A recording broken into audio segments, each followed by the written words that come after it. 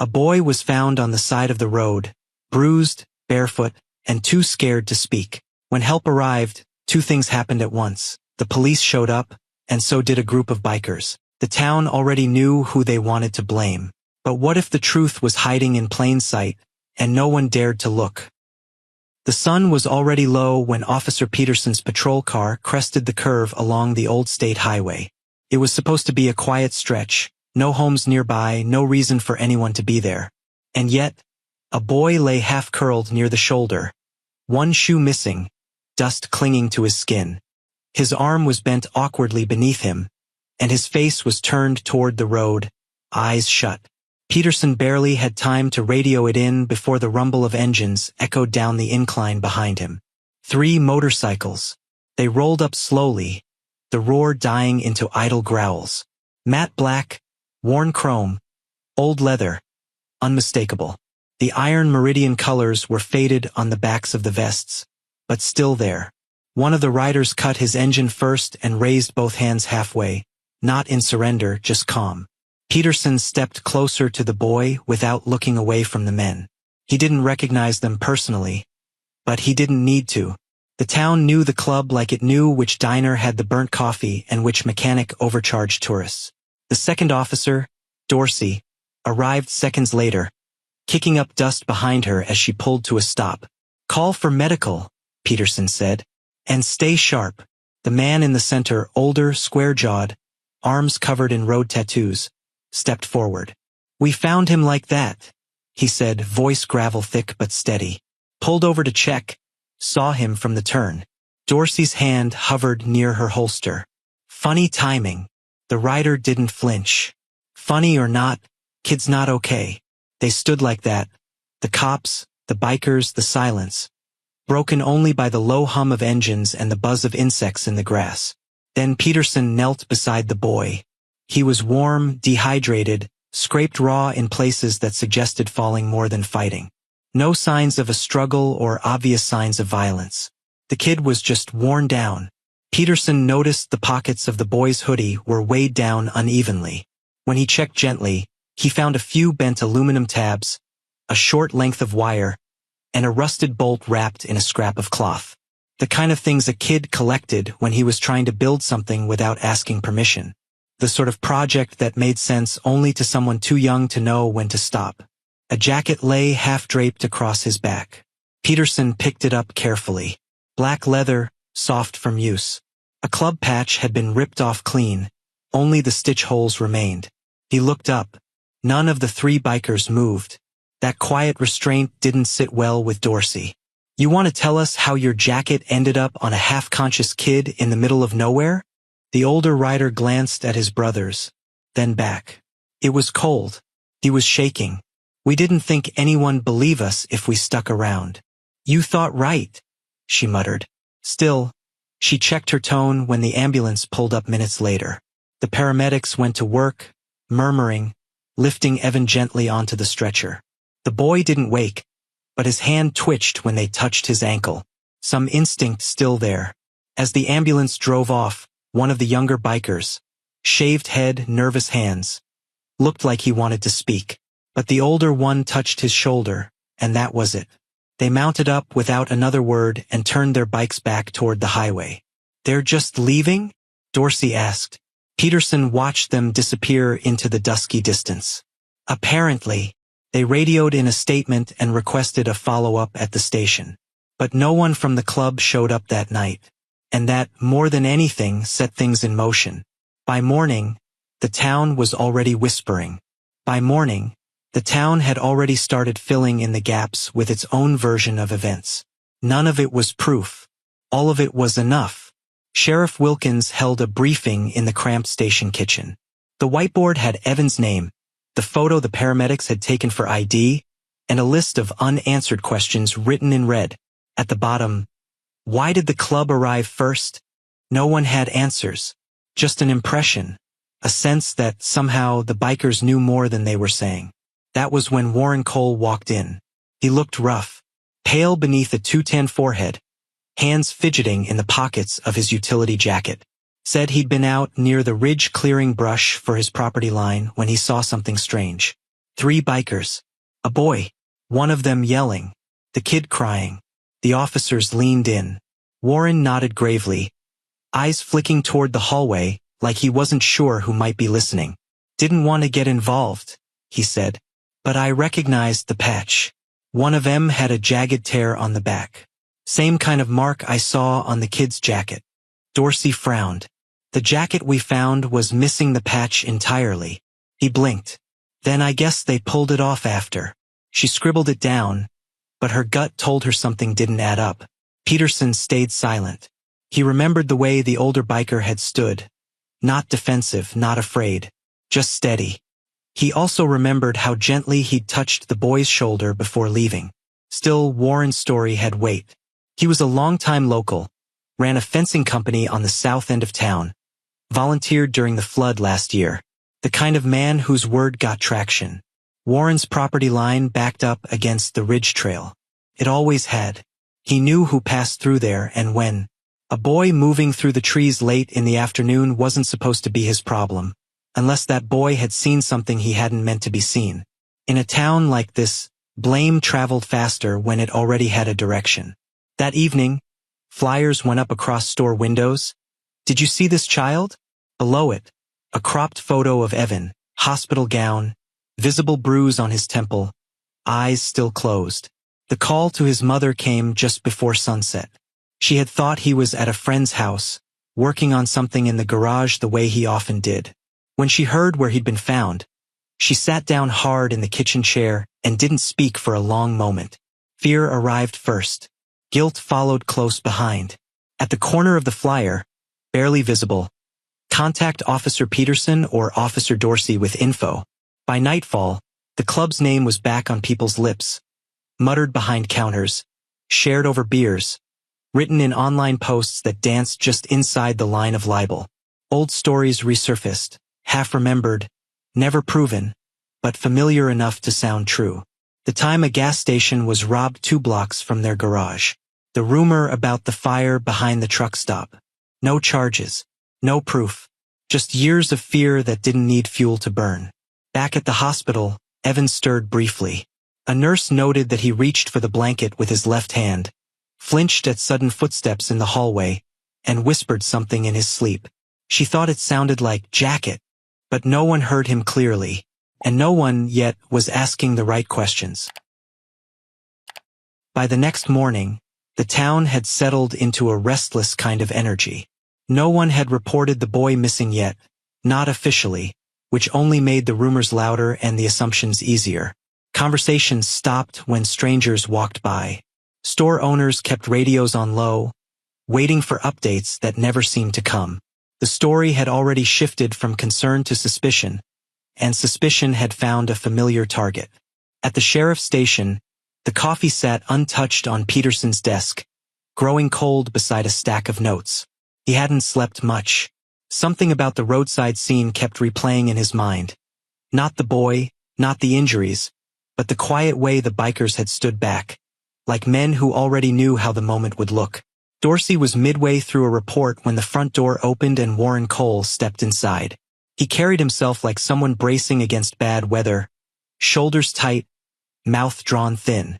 His clothes were work-worn, dusty boots, a jacket with the logo of his fencing company stitched over the pocket. A local, reliable, the kind of man people waved to without thinking. "I need to tell you something," he said, voice low but steady. "About that boy." They brought him into the smaller interview room. Peterson stayed near the wall while Dorsey sat across from Warren with a notepad resting on her knee. "I was out near the ridge clearing brush," Warren began. "Been working that stretch lately. I heard something, a kid yelling. Not loud, like he didn't have much strength left." Dorsey kept her pen moving. "And you went toward the sound?" "I moved closer, stayed behind the tree line, didn't want to be seen." He swallowed, eyes dropping briefly to the floor. "That's when I saw them." "Who?" "The bikers. 3 of them. Same ones folks have been talking about." He hesitated just long enough to seem reluctant. "One had a jacket with a torn patch on the back. Looked like something had been ripped off." Peterson's gaze sharpened slightly. The missing patch hadn't been mentioned publicly. What were they doing? Dorsey asked. One of them was holding the boy by the shoulders.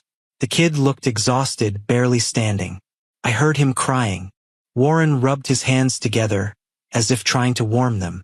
Then they set him down. One took off his jacket and covered the boy with it. What Warren did not say was how long the boy had been running before that.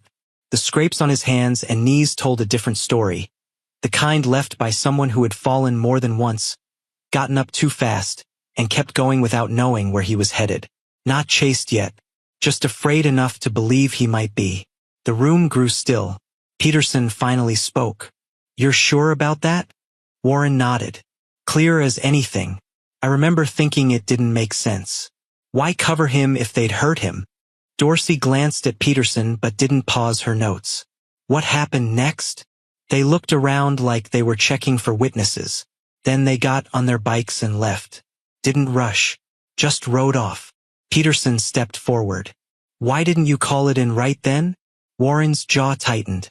You ever try calling the police on a biker club out in the open? I've got a business here. Employees. Family. He let the words hang, heavy with implication. I waited until I was somewhere safe. It was a reasonable answer. It also explained nothing. After he left, Dorsey closed the notebook and leaned back. He knew about the jacket. Peterson nodded slowly. Yeah. They sat with that for a moment. Down the hall, a dispatcher relayed another tip from a resident who claimed to have seen motorcycles near the forest trail earlier in the week. Rumors were breeding faster than facts. Each one nudged the story in the same direction. Still, Peterson couldn't shake the image of the older biker's expression by the roadside. Calm. Focused on the boy, not the officers. Not the kind of look he associated with someone trying to hide a crime. Run his phone records, he said quietly. Dorsey raised an eyebrow. Warren. Anonymous call came in before sunrise, Peterson replied. Said the club was involved. If he was already this sure, I want to know when that certainty started. Later that afternoon, the first confirmation came back. The tip line call had originated from a business number registered to Warren's company. It wasn't that Warren needed proof. He needed distance. The club already carried the weight of old rumors, half-remembered stories people were comfortable believing. Pointing in their direction didn't require convincing anyone, only reminding them of what they thought they already knew. Dorsey stared at the screen. That's interesting. Could be coincidence, Peterson said, though his tone lacked conviction. Outside the station, the town continued building its version of events. Online comments piled up under news posts. Old photos of the Iron Meridian clubhouse resurfaced, shared with captions that hinted at secrets and danger. A history half-remembered was being polished into something sharper. Warren, meanwhile, stopped by the hardware store on his way home. He chatted easily with the cashier, asked about her kids, bought a roll of fencing wire he didn't need. Anyone watching would have seen a man going about his day. Only once, as he stepped back into the parking lot, did his composure slip. His eyes drifted toward the distant tree line beyond town, and his mouth tightened into something that looked less like worry and more like calculation. Back at the hospital, Evan stirred again in his sleep. A nurse adjusting his blanket heard him murmur a word she couldn't quite make out. Something about a man. Something about running. She wrote it down anyway, because while the town was busy deciding what it already believed, the truth was still trying to find its voice. The Iron Meridian clubhouse sat on the edge of town, surrounded by old cottonwoods and the low hum of cicadas. The building had once been a machine shop, long before anyone remembered. Now, most days it served as a kind of middle ground. Bikes pulled in, engines cooled, voices murmured. But that evening, the place felt heavier. Inside, the three men from the roadside leaned over a weathered map of the ridge trail. The youngest, Dean, paced near the tool racks, chewing the side of his thumb. Bolton, older, all muscle and quiet breath, watched him but said nothing. Mason, the one with the torn jacket, didn't look up from the map. They've already decided we're guilty, he said. Doesn't matter what we say. Dean turned. So we say nothing? Just sit around while people spit on us in town. That's exactly what we do, Mason said, his voice flat. Because the second we talk, it becomes about us. And the kid's already in a hospital bed. He doesn't need our names wrapped around his story. Then we wait for what? Dean asked. A trial we won't get to speak in? Bolton finally spoke. Just 2 words. Let it ride. It wasn't an order. It was a reminder of the rule they all knew, the one that had kept the club clean even when their image was anything but. You don't use kids. You don't name them. And you sure as hell don't turn a scared boy into a public spectacle to clear your own name. Back in town, the air was thick with opinions.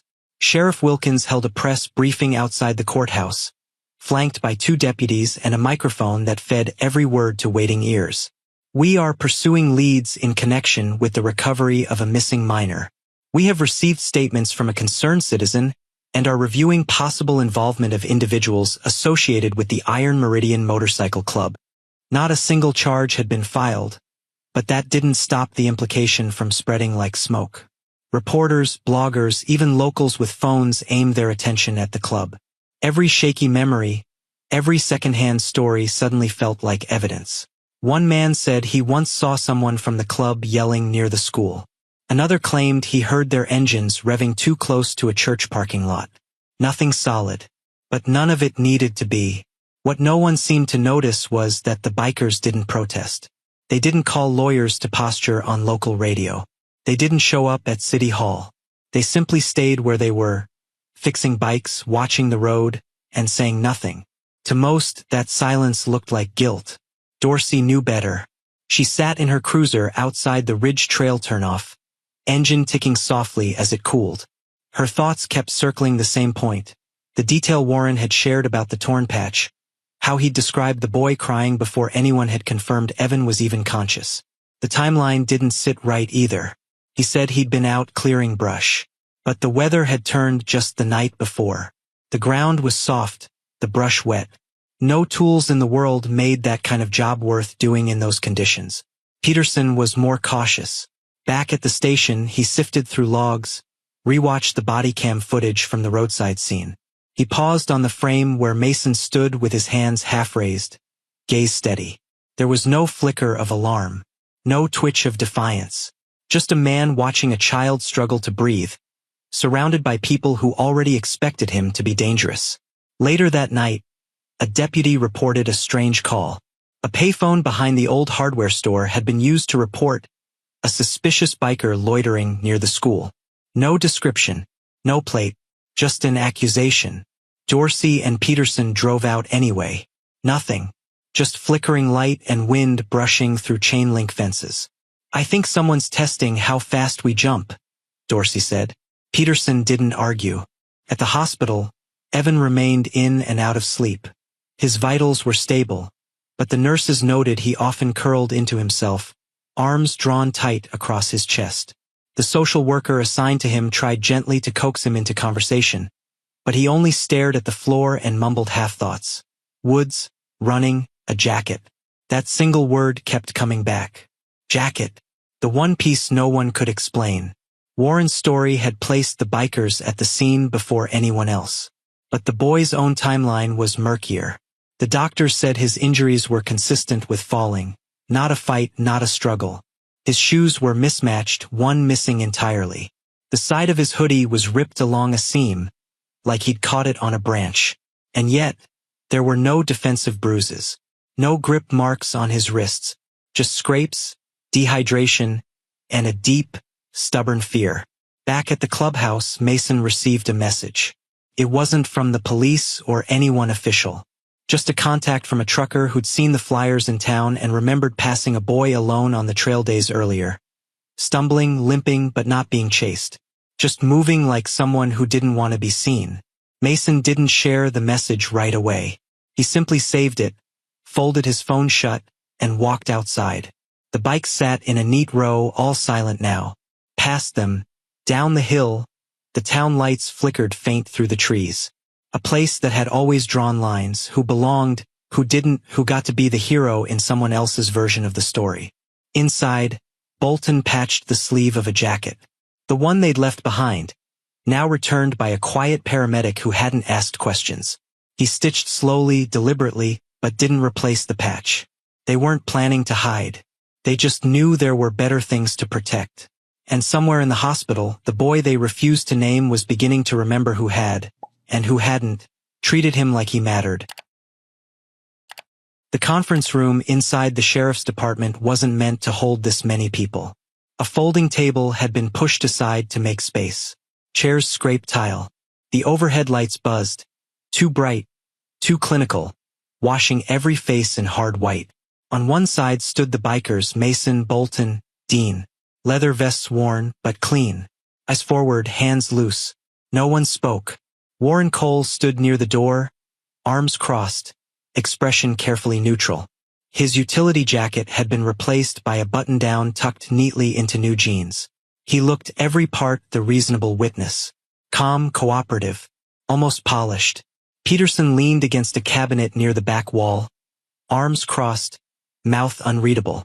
Dorsey sat beside the boy, Evan, who clutched the edges of his hoodie like it might help him vanish into it.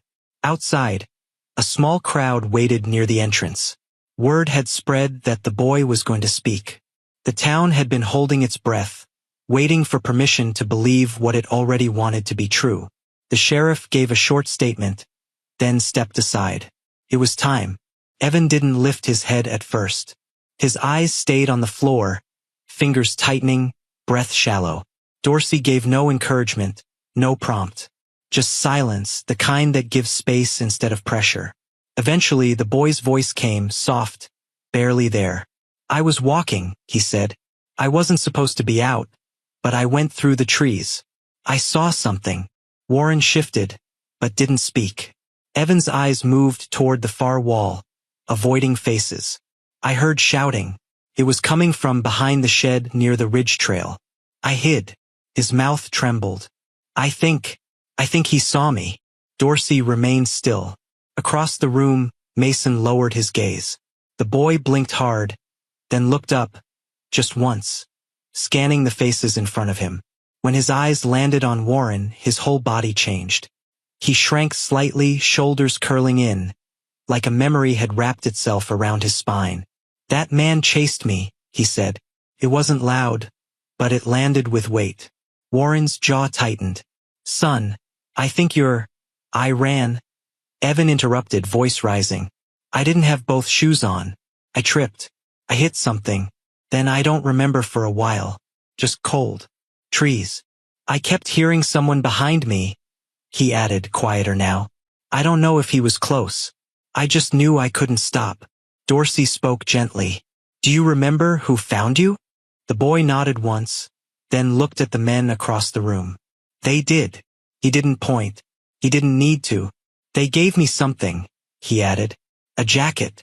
I was shaking, and they put it on me. Warren stepped forward, voice tighter than before. I think the boy's confused. That can happen, right? After trauma, things get blurry. Evan flinched at the sound. Dorsey didn't move. Evan, are you confused? The boy turned his head slowly. No, that was it. No theatrics. No build-up. Just a child refusing to be redirected. In the corner, Peterson straightened. Warren laughed. Quick. Sharp. Like he'd been holding it in. You're going to take that as gospel? A scared kid who doesn't even remember how he got there. Mason finally looked up. He remembers who chased him. Warren turned on him. You don't get to play righteous now. You think covering a kid with a jacket makes you a hero? Bolton spoke next. No. But accusing us doesn't make you innocent. Silence returned. A heavier one now, not just tension, but something unraveling. Peterson stepped forward. We pulled call records from the tip line. The report that named these men came from a number registered to your company. Warren didn't blink. Lots of people use that line. Workers come in and out. Peterson didn't argue. You gave a statement that included details only someone at the scene could know. Warren opened his mouth, then closed it again. The sheriff turned to Evan. Is there anything else you want to tell us? The boy looked down, then up again. He said if I talked, people wouldn't believe me. There was no need to name who he was. In the hallway outside, murmurs had started. A deputy tried to quiet the crowd, but the sound carried. Surprise, confusion, a few stifled apologies from voices that had been louder the day before. Warren moved toward the exit. "Stop," Peterson said, and Warren stopped. The rest unfolded quickly. A formal statement, a quiet arrest. Warren's voice lowered to muttering, then silence. He didn't fight. He didn't plead. In town, the change came slower. People still glanced sideways when bikes rolled through, still crossed the street sometimes. But the story shifted. Flyers came down. One business owner left a note taped to the Iron Meridian gate. "Sorry, I didn't ask what really happened." Back at the clubhouse, Mason hung the jacket on a hook by the door. Still didn't have a patch. Dean sat on the steps out front, picking at a tear in his glove. Bolton returned from a ride up the ridge, dust clinging to his boots. They didn't talk much. They didn't need to. Later that evening, a knock came at the door. Evan stood outside with a nurse at his side, holding something wrapped in brown paper. He handed it to Mason, quiet and steady. Inside the wrapping, a hand-drawn thank you note, and a single word, written in uneven letters, "Safe." He was going back to school the following week. The social worker had already spoken to his mother. The trail near the ridge was off-limits now, marked and monitored. Small corrections quietly made. No headlines, just a child being returned to the parts of life that didn't ask him to run. This story reminds us that truth isn't always loud, and courage can come from the smallest voice. What would you have done if Evan pointed at you? Comment below, and don't forget to like, share, and subscribe to embrace the journey for more powerful stories like this one. See you in our next video.